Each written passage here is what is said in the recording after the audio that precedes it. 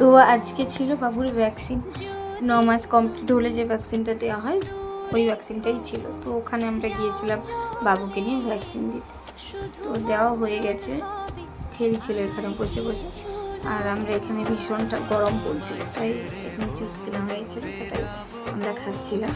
তো এই যে হসপিটালটা দেখতেছো, এখানে বাবু হয়েছিল, এখানে বাবু হওয়ার সময় আমি অ্যাডমিট ছিলাম এই হসপিটালটাতেই।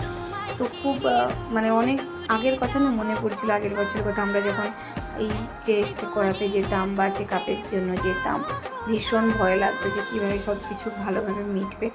তো আজ খুব ভালোভাবে সব কিছু হয়ে গেছে, বাবু আজ সুস্থ আছে, খুব ভালো আছে।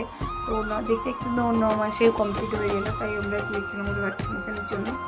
তো এখানেও খেলা করছিল। আমরা অন্যবারে না ভীষণ কান্নাকাটি করে, তাই আমি ভেবেছিলাম কি এবারেও ভীষণ কান্নাকাটি করবে, কিন্তু এবারে ভীষণ কান্নাকাটি করেনি, কান্নাকাটি করেইনি, এবারে খুব শান্ত ছিল। সেই জন্য আমরা ওখান থেকে আমি রান্নাবান্না করেই কিন্তু আজকে বেরিয়েছিলাম, কিন্তু ওই যে তিথি গিয়েছিলো, ওর বাবাকে বললো বাবা আমরা আজকে বিরিয়ানি খেয়ে বাড়ি যাই, আমাকে ভীষণ খেতে লেগে গেছে।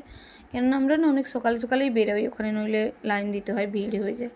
তো এখানে তাই আমরা আসার সময় ওখান থেকে আমরা বিরিয়ানি নিয়েছিলাম, খেয়ে একটু বসে তারপরে বাড়ি এসেছি। তো এবারে খুব একটা বাবু কান্নাকাটি করেনি, তাই সম্ভব হয়েছে, নইলে আমি রান্না করেই গিয়েছিলাম, বাড়িতে এসেই খেতাম।